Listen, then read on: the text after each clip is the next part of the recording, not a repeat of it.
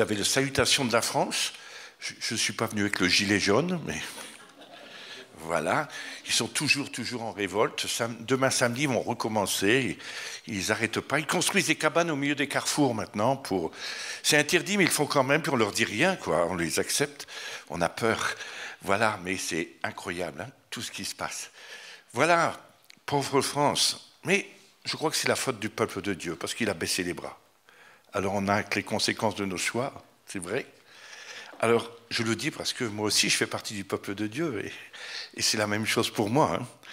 Donc voilà, en tout cas, la France vous salue, tous ceux que je connais vous saluent bien, et je suis très heureux d'être avec vous. Alors on est là ce soir, je suis là demain après-midi et demain soir. Voilà. Alors, on va aller progressivement quand même. Je ne veux pas aller trop brutalement au départ quand même. Mais je veux parler de ce que Dieu met sur mon cœur. C'est tellement important, je pense. Après, tant pis. On va lire dans Matthieu, au chapitre 7, versets 21 à 23. Et maintenant, vous avez vu, j'ai la Bible électronique. Ça va bien. Depuis que j'ai été à Burtigny avec des jeunes, je suis avec ma Bible électronique, là. Voilà. Bon, ils ont ri parce que j'ai appuyé sur des mauvais boutons et j'ai cherché partout, ça allait dans tous les sens. Je dis, oh là là, mais ça marche quand même. Voilà. Ceux qui me disent Seigneur, Seigneur n'entreront pas tous dans le royaume des cieux, mais celui-là seul qui fait la volonté de mon Père qui est dans les cieux. Plusieurs me diront en ce jour-là, Seigneur, Seigneur, n'avons-nous pas prophétisé par ton nom ? N'avons-nous pas chassé des démons par ton nom ? N'avons-nous pas fait beaucoup de miracles par ton nom ? Alors je leur dirai ouvertement, oui, il était clair, hein, je ne vous ai jamais connu. Retirez-vous de moi, vous qui commettez l'iniquité. Waouh, c'est dur, hein, quand même, ce que Jésus dit. Il ne mâchait pas ses mots, quand même. C'est vrai, hein, vous imaginez. J'aime, quand je lis la Bible, me remettre dans l'époque où ça a été dit. Je dis, ils ont dû avoir des sacrés chocs quand même. Notre Seigneur s'intéresse profondément à l'influence que nous exerçons sur les autres. Vous avez remarqué ? Il ne veut surtout pas que nous nous projetons aux autres un exemple médiocre de la vie de disciples qu'on l'honore du bout des lèvres. Et je crois que beaucoup honorent Dieu du bout des lèvres. Vous savez, on peut se retrouver dans un grand rassemblement et puis chanter pour Dieu. Puis en fait, après, on est pareil, on n'a pas trop changé. Et je crois que Dieu, n'aime pas ça. Et sans lui abandonner le contrôle de notre vie, beaucoup de gens disent Seigneur, et quand Dieu demande quelque chose, oh non, stop, pas question, sinon ne touche pas à ça. Et c'est beaucoup cela. Et je crois que la contradiction entre ce que nous disons et ce que nous sommes, c'est un peu un point essentiel de ce passage, de ce verset biblique. C'est très clair entre ce que tu dis et ce que tu fais. Et trop de chrétiens disent beaucoup de choses, mais ils ne font pas ce que Dieu leur dit. Ou alors ils disent, Dieu m'a dit, puis il n'a rien dit du tout. Beaucoup, hein, ça arrive des fois. Est-il possible d'appeler Jésus Seigneur et de ne pas lui permettre de devenir Seigneur de notre vie ? C'est une question. Grande question, n'est-ce pas ? Regardez l'histoire, regardez l'Église au travers de tous les siècles et regardez-vous vous-même. Wow. Le secret pour produire de bons fruits et d'une foi authentique réside dans ces mots, mais celui-là seul qui fait ma volonté, qui fait la volonté de mon Père qui est dans les cieux. Celui-là seul. Les autres, ils s'en moquent. Tu peux toujours causer, toujours faire plein d'alléluia, mais si tu n'obéis pas à Dieu, alors, et si tu ne fais pas sa volonté, tu ne peux pas lui être agréable. C'est dur, hein ? Je suis dur ce soir. Waouh. C'est vrai. Alors, je voudrais poser quelques questions. Puis vous y réfléchirez, je ne vous demande pas de répondre quand même là, mais vous y réfléchirez. Quel domaine de notre vie ou quelle situation, quelles circonstances, quelles relations devrons-nous soumettre à la volonté de Dieu en lui obéissant complètement ? Qu'est-ce qui, dans ta vie, tu dois soumettre à Dieu et lui obéir complètement? Grande question. Ça fait qu'il y a beaucoup de choses des fois, n'est-ce pas? Et c'est là où on se dit, est-ce que je suis vraiment un chrétien? Est-ce que je plais à Dieu? Mais qu'est-ce que je dois lui donner? C'est vrai. Et vous connaissez, je vais vous raconter une histoire intéressante. Vous décontractez quand même. Vous connaissez Léonard de Vinci, c'était tout dernièrement un anniversaire de ce qu'il a fait. Vous avez entendu tout ce qui se passe. Et vous imaginez un peu, c'est une histoire qui existait. Hein. Un jour, il était dans son studio et il a commencé à travailler sur une grande toile. Vous imaginez, une grande toile. Puis il a travaillé et choisi le thème avec soin. Il arrange les perspectives tout autour. Il esquisse les grandes lignes. Vous voyez, comme des grands dessinateurs, ils font juste un aperçu comme cela. Ça veut dire ce qu'il a envie de faire quelque part. Puis, on ne sait pas ce qui lui a pris dans la tête à Léonard de Vinci. Il s'est arrêté et il a laissé sa peinture inachevée. Puis il a appelé un de ses élèves, vous imaginez, et lui a demandé « Termine l'œuvre que j'ai commencée. » Et c'est vrai, hein, l'histoire. Et son élève fut complètement abasourdi. Mettez-vous à sa place. Léonard de Vinci, qui fait une esquisse de quelque chose d'extraordinaire, il est connu mondialement, puis il te dit de terminer son tableau. Wow. Comment pouvait-il terminer ce tableau de l'un des plus grands maîtres au monde? C'est vraiment difficile. Alors, il a protesté et il a déclaré qu'il n'avait aucune compétence, aucun talent nécessaire pour la tâche aussi difficile. Et Léonard de Vinci lui dit « Tais-toi, comme cela. Ce que j'ai fait ne t'inspire-t-il pas pour faire de ton mieux ?» Imaginez. Eh bien, figurez-vous que Jésus fait la même chose avec nous. Il a déjà tout accompli à la croix. Tout a été fait. Le tableau est commencé et même accompli. Il a commencé une œuvre il y a 2000 ans. Sa vie, son message, sa mort, sa résurrection qu'on a chantée tout à l'heure et sa présence vivante ont débuté ce vaste tableau de la rédemption du monde. Vrai ou faux? Et il nous a confié la tâche de terminer ce tableau. Tout est accompli. À cette différence près que De Vinci a laissé l'élève tout seul faire, tandis que Jésus, lui, il est venu à côté de nous et il a dit qu'il ne nous laisserait pas, qu'il nous aiderait jusqu'au bout et que son Saint-Esprit serait là pour nous accompagner et qu'il serait là pour terminer l'œuvre. Un peu comme si Dieu te donne les télécommandes du monde et il te dit « Moi, j'ai tout fait, maintenant prends la direction. » Wow. Qu'est-ce qui se passe dans le peuple de Dieu? Le peuple de Dieu dit « Oh non, moi je ne peux pas, je ne suis pas digne. » Mais tu es un vrai orgueilleux, parce que personne n'est digne. Il n'y a que Jésus, puis pourtant il a été crucifié. Vrai ou faux? Et puis toi, tu dis, c'est pas possible de prendre les commandes. Mais pourtant, Dieu dit, qu'est-ce que j'ai fait? C'est pas suffisant pour toi? Est-ce qu'il faut que ça soit encore plus fort, quoi? Dis-moi, non. Tout ce que j'ai fait, c'est fini. Maintenant, prends les commandes. C'est-à-dire la direction de tout ce qui doit se faire sur la terre. Repeuple la terre, reprends, va conquérir le monde, va conquérir toutes les entreprises, les écoles, tout. Il veut qu'on reprenne toute la direction, que le royaume de Dieu, tout simplement, avance sur la terre comme il est dans le ciel. Et il a commencé ça.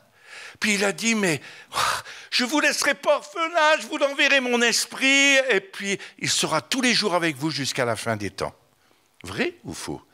C'est-à-dire qu'il est là à côté de nous pour nous aider à accomplir ce qu'il a déjà fait à rentrer dans son œuvre, à achever tout ce qu'il a fait. Et pourtant, le peuple de Dieu en Europe a baissé les bras. Je vous promets, il a baissé les bras. C'est pour ça que je disais, la France, ce qui arrive, c'est bien la faute du peuple de Dieu. Parce que tout ce qui avait été gagné, eh bien, ils l'ont abandonné.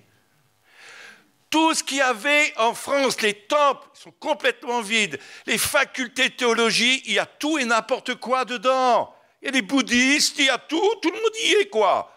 Je l'ai vu. J'ai dit, mais c'est pas possible. Il faut bien qu'on gagne notre vie, il faut bien payer les bâtiments, le chauffage. Je dis, mais c'est horrible, il n'y a plus du tout Jésus. Plus. Puis, faculté de médecine qui avait chrétienne. Puis, tout ce qu'il y avait sur tout le bas de la France, il ne reste plus rien à Jésus. Alors, est-ce que c'est la faute de Satan ou du monde? Non, c'est la faute du peuple de Dieu qui a fait un grand vide. Et quand il y a un vide, il faut le remplir de quelque chose. Et qu'est-ce qu'il est rempli? De toutes les choses, sauf les choses de Dieu. Parce qu'un vide, ça ne reste jamais vide longtemps. Regardez dans l'atmosphère, il n'y a pas de vide, nulle part. Ça n'existe pas le vide. Il faut que quelque chose le remplisse. S'il y a un vide dans ta vie, il faut qu'il y ait quelque chose. Et il faut que tu invites Jésus. Alors, qu'est-ce qui se passe dans nos cœurs? Moi, je crois qu'il y a des choses qui doivent changer en nous. Notre façon de penser, notre façon de fonctionner, reprendre la direction de ce que Dieu a accompli à la croix. Qu'est-ce qu'il a accompli, Jésus? Tout est accompli. Il a payé, il a tout donné, et nous le recrucifions une fois de plus, quoi. C'est horrible. Et moi, je dis, ouais, qu'est-ce qui se passe? Moi, je crois que... Vous savez, il y a un homme, je ne sais pas si vous le connaissez, George Herbert. Or, George Herbert, c'est un pasteur anglican. Il était poète, il était orateur anglais du XVIIe siècle. Et il a dit une chose, quand la volonté accepte, les pieds sont légers. C'est vrai, quand tu fais le plan de Dieu, tes pieds sont légers. Ça veut dire que c'est tellement facile, quoi. Mais le plus dur pour nous, c'est qu'on n'obéit pas à Dieu et qu'on ne fait pas sa volonté.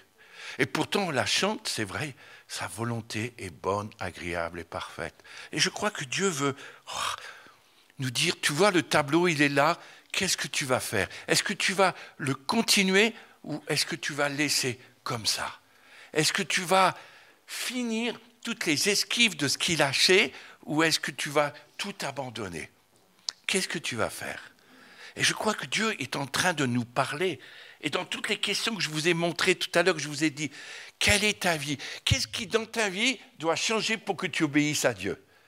Pour que tu rentres dans les projets. Tu te rends compte, si chacun d'entre nous qui sommes ici ce soir, nous faisions la volonté de Dieu, toute la Suisse, toute l'Alsace, tout serait changé. Tous les coins, l'Allemagne, ça va mal partout, hein? Mais parce qu'on ne fait plus ce que Dieu nous a demandé. C'est vrai, on a peur et on baisse les bras. Vous savez, c'est pour ça qu'il y a toujours un autre type d'ennemi qui vient et qui s'accapare du pays et qui l'envahit. Parce qu'on lui a laissé toute la place. Donc moi, je crois qu'il faut se ressaisir en tant que chrétien. On ne peut pas être chrétien juste un dimanche ou juste quand il y a une conférence sotéria. Mais c'est bien plus que ça. C'est chez toi, c'est demain, c'est à ton travail. Qu'est-ce que tu vas faire? Est-ce que tu vas changer l'atmosphère du travail? Est-ce que parce que tu vas être au milieu de l'entreprise, ton entreprise va refleurir et elle va avoir des bénédictions? Tu te rends compte? Parce que toi, tu es soumis à Dieu et tu vas faire tout pour que ça prospère. Seigneur, aujourd'hui, on fait tout pour que ça ne marche pas. Puis après, on dit on n'a plus de boulot, de chômage. C'est normal. Tu n'as pas fait ce que tu aurais dû faire. Moi, je crois que Dieu veut qu'on reprenne les rênes du pays, les rênes de tout ce qui a été accompli à la croix parfaitement. On a besoin de cela. Je crois que faire la volonté de Dieu, c'est tellement important. C'est le meilleur de Dieu qui permet notre meilleur. Et le meilleur de Dieu est écrit dans la parole de Dieu. Vous savez, je disais ça, mais c'est tellement vrai. Dans tous mes voyages, le plus grande des choses que je vois, c'est que personne ne lit la Bible. Enfin, très peu de monde. Pardon, on fait comme des exceptions, mais très peu de monde. Et ça veut dire quoi? Ça veut dire qu'on ne peut pas connaître ce que Dieu voudrait qu'on fasse, quoi. Puisque tout est écrit. Il suffit de suivre. Même pour l'Église. Hein. Si on veut, quand on regarde le plan de Dieu de l'Église, de comment il l'a voulu, puis ce qu'on fait aujourd'hui, je crois qu'il y a beaucoup de choses qui doivent changer. Ça travaille, ça tourne notre cœur, tout ça. Mais je crois que Jésus revient bientôt, hein, je vous promets. Mais ce n'est pas celui qui dira « Seigneur, Seigneur » qui ira avec lui, mais c'est celui qui fait sa volonté. Le reste, après, ça lui est égal. Vous savez, il y a des gens, ils disent « Jamais Seigneur, Seigneur » comme ça, mais ils font tout ce que Dieu leur demande. Puis on ne le voit pas. Hein. On ne les voit pas beaucoup bouger, mais c'est tellement précieux. Et je crois que Dieu veut vraiment nous réveiller, nous ouvrir les yeux de notre cœur, qu'on voit avec ses yeux du cœur le plan que Dieu a préparé. Dans les moments de louange que j'aime beaucoup, et j'étais avec toute une école de louange là, de voir comment ils avaient soif, ces jeunes-là, puis de dire, mais dans ces moments-là, on a l'impression de voir le tableau de tout ce que Dieu est en train et de ce qu'il voudrait faire avec nous. Et dès qu'on a vu ce tableau, on a envie de devenir un instrument pour manifester le royaume de Dieu sur la terre. Et d'aller voir les gens que Dieu veut qu'on aille voir. Priez pour mon frère dans l'église. Il a dit tout à l'heure, est-ce que vous avez dit bonjour à votre voisin? Mais c'est plus que bonjour. C'est peut-être j'ai une bénédiction pour lui, quoi. Peut-être que j'ai un mot de la part de Dieu pour lui. Et peut-être que je vais tellement lui faire du bien. En fait, ce qu'Hervé va dire, ça aura moins d'importance que ce que toi tu as dit. Parce que ce que tu as dit, ça venait précisément pour lui. Puis tu es son voisin. Et c'est super. Ou peut-être tu auras prié pour lui. Et puis il sera béni et guéri. Mais c'est ça le corps de Christ. Ce n'est pas un homme, ce n'est pas une personne, c'est l'ensemble du corps. Quand il se met en mouvement, eh bien on voit la présence de Dieu. Vous savez, quand il a dit qu'il donnait les dons à l'Église, par exemple. Mais normalement, quand tu regardes les 9 dons, et puis que tu les vois s'accomplir, c'est rare. Hein, mais on trouve que c'est normal que c'est rare. C'est vrai, on a trouvé que c'est normal, puisque de toute façon, on ne les vit pas plus. Alors qu'il y a des gens qui disent « Oh, mais dans mon église, on ne peut pas. » Mais peut-être qu'on ne peut pas, mais peut-être que si tu le faisais, et puis qu'il y aurait des guérisons, ça ferait changement complet. Vrai ou faux? Et ils diront, mais il a ressuscité un mort. Waouh, quand même. Alors, des fois, on se dit, ouais, quand même pas un mort, mais c'est pareil que d'amener quelqu'un à Jésus. C'est pas plus compliqué, quoi. Puis pourtant, amener quelqu'un à Jésus, on est certain qu'il a demandé pardon de ses péchés, mais on n'a rien vu, quoi. Tu y crois? Ah oui, je suis sûr. Mais c'est pareil, tu te rends compte? Ça devrait se manifester naturellement dans nos vies. C'est pour ça, quand Dieu a dit, voilà, je donne des dons aux hommes, à mon Église, c'est pour que nous puissions les utiliser, quoi. Sinon, ouais, ils vieillissent et ils sentent le moisi. Ça devient la manne d'hier. Mais non, c'est quelque chose de frais dans notre quotidien, moi je crois. Et je pense que ouais, le meilleur de Dieu permet notre meilleur. Et Dieu a accompli un plan tellement merveilleux pour vous, parce qu'il vous aime. Et en fait, quand il a donné sa vie, c'est vraiment pour qu'on puisse rentrer dans tout ce qu'il a préparé d'avance. Et je crois qu'il pleure des fois. Moi j'ai vu Jésus pleurer. Et je dis, mais il pleure parce que il se dit, mais tout ce que j'ai fait, ils ne le font pas. Pourquoi ils ne le font pas? Oh, je vous raconte une histoire que j'ai vécue. Je reviens d'Italie, dans son pays, bene. C'est bien. Et j'apprends un petit peu de mots comme ça. Hein. Mais lui, il ne parle pas encore italien. Hein. Il est italien quand même. Voilà. Mais ta famille, elle était vachement heureuse d'être venue. Hein. Et puis, donc, alors, hop, j'étais là-bas, et puis, à Brembilla, quand on a fait une réunion, même ta femme a dit, j'ai jamais vu autant de monde, puis tous ces jeunes qui avaient, plein de jeunes. Incroyable. Il y a une soif de Dieu dans ce pays. Puis je suis allé dans le village où il y avait tous les jeunes, vous avez déjà raconté d'eux, là. Puis, incroyable, maintenant ils sont plus de 30. Puis il y en a un qui a tout pris en main maintenant, dans le lot. Il apprend, et puis il prend la Bible, il partage. Et puis l'Église commence à grandir sans modèle humain, juste la parole de Dieu. C'est ça qu'il faut en fait. Et ils ne sont pas formatés dans leur tête par tous les trucs.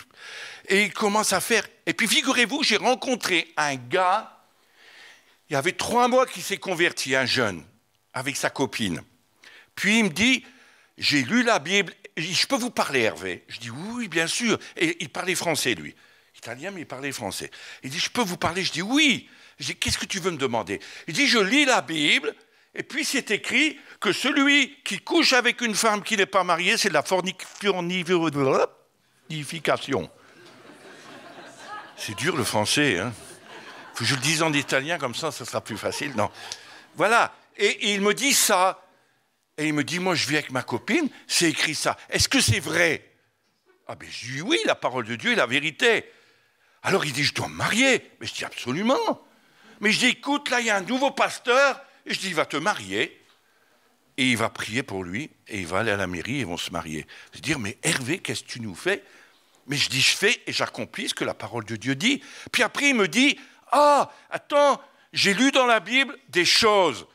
Puis je suis allé à l'église East. Et puis il dit, je suis rentré dans une église. Et puis j'ai regardé la Bible. Puis j'ai regardé ce qu'ils vivent, et ils ne vivent pas ce qui est décrit dans la Bible. Dis-moi pourquoi, Hervé? Mais purée, j'ai dit, 3 mois de conversion, et c'est ce qui se passe au milieu des jeunes, bouleversés par la parole de Dieu. Tu te rends compte? Ils lisent la Bible, et Dieu leur montre dans la parole ce qu'il faut faire et pas faire. Parce que c'est écrit, tout simplement. Alors si on vit encore dans des choses pas bonnes, c'est parce qu'on ne dit pas. Parce qu'on ne médite pas ça, et je crois qu'on n'obéit pas à Dieu. Et cet homme a compris. Et là, il va faire, dis-moi, je sais, là, je prends rendez-vous, et puis je vais à la mairie, et on se marie. Et puis on va faire les choses comme il faut, parce qu'on a besoin de régler. Mais c'est ça. Ça paraît des choses folles aujourd'hui à notre période, parce qu'on accepte, mais pourtant, on est dans l'erreur, comme lui l'a vu, quoi. Alors c'est écrit dessus, et si on veut vraiment dire qu'on aime Jésus, et puis qu'on ne lui obéit pas, alors ça ne sert à rien, ça veut dire qu'on ne l'aime pas, quoi. Mais on peut le dire comme ça de la bouche, sans lui obéir. Et là, j'étais très surpris. Mais vous verriez ce groupe, là, je vais dire à Jean-Marc qu'il vienne la prochaine fois, il viendra avec vous, là, comme ça, voilà. Et puis, mais incroyable, dans ce village-là, mais incroyable.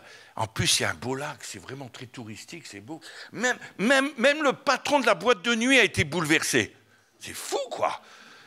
Je suis sûr que bientôt, il va changer son bâtiment pour une église, quoi. Si ça continue. Mais c'est fou. Comment ça se fait? En 2018-19, ces choses se passent encore. Ça veut dire que Jésus n'a pas changé. Il reste le même. Ça veut dire que ce qu'il a promis s'accomplit toujours aujourd'hui. Alors ça bouleverse là-bas en Italie. Hein. Même les églises East, ils sont bouleversés. Ils nous ont dit, vous nous bousculez, vous nous embêtez, qu'ils me font. Je dis, pourquoi? Parce que vous vivez des guérisons et des miracles. Je dis, ah bon, mais je dis, c'est écrit dans la Bible. Pourtant, vous êtes déiste et vous avez l'esprit. Alors il me dit, oui, mais quand même, il ne faut pas nous déranger. Alors j'ai dit, ouais, voilà. Et en fait, c'est ça, on s'assit tous les dimanches, on reçoit le message de Dieu, mais on ne change pas. Et notre vie ne peut pas changer. Comprenez, quand je dis ces choses, ce n'est pas pour critiquer qui que ce soit, mais c'est juste dire la vérité. Je crois que la Bible me dit que la vérité affranchit. Si on ne veut pas de la vérité, ben on n'est jamais affranchi, quoi. Et on ne change pas. Et on n'accomplit pas toute l'œuvre que Dieu a préparée. Dieu a tout fait. Oh, quelle grâce, quel amour. Tout est fait, tu te rends compte? Il a envie de venir siéger avec nous sur la terre. Il a envie de venir régner avec nous. En fait, c'est ce qu'il avait dit à la Genèse. Hein. Il voulait faire son trône avec les habitants de la terre. Il voulait venir siéger. Satan, Adam et Ève, ils ont tout raté, mais Jésus est venu reprendre tout ça. Et maintenant, c'est refait. On a refait le lien entre nous et Dieu. Et maintenant, on peut reprendre tout l'héritage d'Adam et Ève et refaire les choses qu'ils ont loupées, quoi. Tu te rends compte? Moi, je dis quelle grâce, moi je suis fou avec ça, parce que je dis, waouh, même les choses naturelles, eh bien, ça peut nous obéir aussi, quoi. C'est pas que je joue avec ça, vous comprenez? Mais moi, je prends au sérieux la parole de Dieu, quoi. Et la parole de Dieu est la vérité. Relisez la Bible, hein, vous verrez. Et laissez-vous toucher dans le fond de votre cœur. Vous verrez qu'il va y avoir beaucoup de choses qui vont se passer. Aujourd'hui, on ne laisse pas la parole de Dieu nous travailler. Alors, voilà, on lit ça comme un bon livre, mais c'est bien plus qu'un livre. Hein. C'est quelque chose de profond, hein, quelque chose qui change les vies. Quand j'étais en Allemagne, aussi, j'étais dans le fief de Luther, là-bas, et les jeunes qui reprennent le flambeau. Pourtant, ils avaient la Bible, le gros livre, il est posé là, mais c'est avec presque des bougies autour, quoi. C'est le livre, mais en fait, personne ne le vit, quoi. Alors, les jeunes n'y comprenaient pas et ils ont commencé à rentrer dans les... Oh, vous nous avez secoué, mais ça fait du bien. Enfin, on peut vivre tout ça. Mais je dis, bien sûr, c'est écrit. Parce qu'ils n'avaient pas le droit de se lever pour toucher à quoi que ce soit. Et c'est vrai qu'on est en train de enfermer et on s'enferme dans un système religieux qui nous empêche de rentrer dans les choses que Dieu a préparées. Donc, je voulais vous encourager à dire, ouais, je veux vivre la parole. Je veux le meilleur de Dieu pour moi. Et le meilleur de Dieu, c'est de continuer son tableau et d'aller jusqu'au bout. Et chacun d'entre nous, nous avons quelque chose à faire. Nous avons une couleur différente, nous avons une identité différente, nous avons quelque chose que mon frère n'a pas, mais que je peux compléter, comme un tableau de peinture, j'ai une couleur qu'il n'a pas dans sa palette. Mais moi, j'ai la couleur et je peux mettre. Et ça fait tellement du bien, ça. De pouvoir arriver à compléter le tableau de Dieu. Et ça, c'est important. Vous comprenez? Vous avez envie de suivre ça? De revenir à la parole de Dieu et de reprendre tout ce que Dieu nous a donné. De revivre tout ce qui est écrit dans la parole. Je serai avec toi tous les jours jusqu'à la fin. Je ne te laisserai pas, je ne t'abandonnerai pas. Je serai là et je continuerai avec toi. Et quand tu seras fatigué, je te relèverai. Puis je serai une tour forte, un abri, une autre retraite pour toi. Même quand les attaques viendraient, je suis encore là. Tu me demandes et je viens à ton secours tout de suite. C'est vrai, on n'ose même plus. Il est là, vivant à côté de nous. Tu te rends compte? Quand on se met à 2 ou 3, il est là. Et puis il est présent au milieu de nous, puis il a envie tellement de faire de belles choses, quoi. Est-ce qu'on peut lui permettre de toucher toutes les parties de notre vie et de le laisser nous changer, transformer? Moi, je pense que Soteria, pour moi, c'est ça aussi. C'est, des fois, on est bloqué par des situations qui nous empêchent d'avancer, et quand on est libéré, on peut prendre tout ce que Dieu a préparé et on commence à vivre le ciel. C'est formidable parce qu'on commence à être tellement léger. Et on se dit, d'un seul coup, on a nos yeux qui s'ouvrent, puis on dit, mais tout ça, je ne l'avais même pas vu. J'ai vu des gens comme ça, je ne le savais pas, mais pourquoi je ne l'ai jamais vu? Mais une fois que les chaînes sont tombées, nos yeux s'ouvrent. Ça veut dire, un peu comme Paul, vous avez vu, quand il était seul. Ses écailles sont tombées de ses yeux, pourtant il pensait être dans la vérité auparavant. Et il faisait des choses pas bonnes au nom de Dieu. Alors que Dieu n'a jamais dit ça. Vous voyez qu'on peut faire dire à Dieu ce qu'on veut. Mais c'est la parole de Dieu qui est la vérité. Et quand les écailles tombent, on voit la réalité de ce que Dieu veut faire et de ce qu'il est en train de faire sur la terre. C'est pour ça que je veux vous encourager. Puis en même temps, je veux vous secouer. Vous savez, des fois, on dit la réprimande à un frère vaut mieux, je ne sais plus comment on dit le mot, vaut mieux que de faire une caresse. Et c'est vrai, des fois, il faut mieux entendre la vérité, même si ça fait mal, qu'une caresse dans le sens du poil, puis qu'on est toujours les mêmes après, quoi. Et pour finir, on n'a pas changé, puis on est toujours dans nos situations, quoi. Moi, je vous encourage à voir les ministères de Soteria qui prient pour que vous soyez libres, pour qu'enfin vous connaissiez les plans de Dieu et que vos yeux soient ouverts sur votre héritage de fils et de filles de Dieu. Ouah, tu te rends compte, des fois, on ne le voit même pas. Parce qu'en fait, on ne nous l'a jamais montré. Parce qu'en fait, on nous a même empêchés des fois. C'est vrai, hein? Alors que c'est pour nous. Ce n'est pas pour une élite, c'est pour tous ceux qui croient. Tous ceux qui croient pourront faire de grandes choses. Lisez Marc 16. Celui qui croira, qui sera baptisé, sera sauvé. Voici ce qu'il va faire. Il guérira les malades, mais il chassera des démons, il ressuscitera aussi des morts. Et puis, voilà. Mais relisez Marc 16, vous serez étonnés. Et des grandes choses vont se faire. Tous ceux qui croient. C'est ça qui m'a frappé, moi. Je dis, si c'est tous, je fais partie de tous. Alors pourquoi je ne le vis pas? Il faut que je le vive, quoi. Alors, il faut aspirer à tous les dons. Je ne sais pas si vous l'avez déjà dit, mais au début, je me suis converti, j'avais dit, « Ah, moi, je veux tous les dons !» Je vous assure qu'il y a des chrétiens de l'église où j'étais, ils m'ont dit, « Quel orgueilleux, tu veux tous les dons !» Mais je dis, c'est écrit « dons » avec un S, alors c'est tous les dons. Aspirez au don, AUX, don S en français.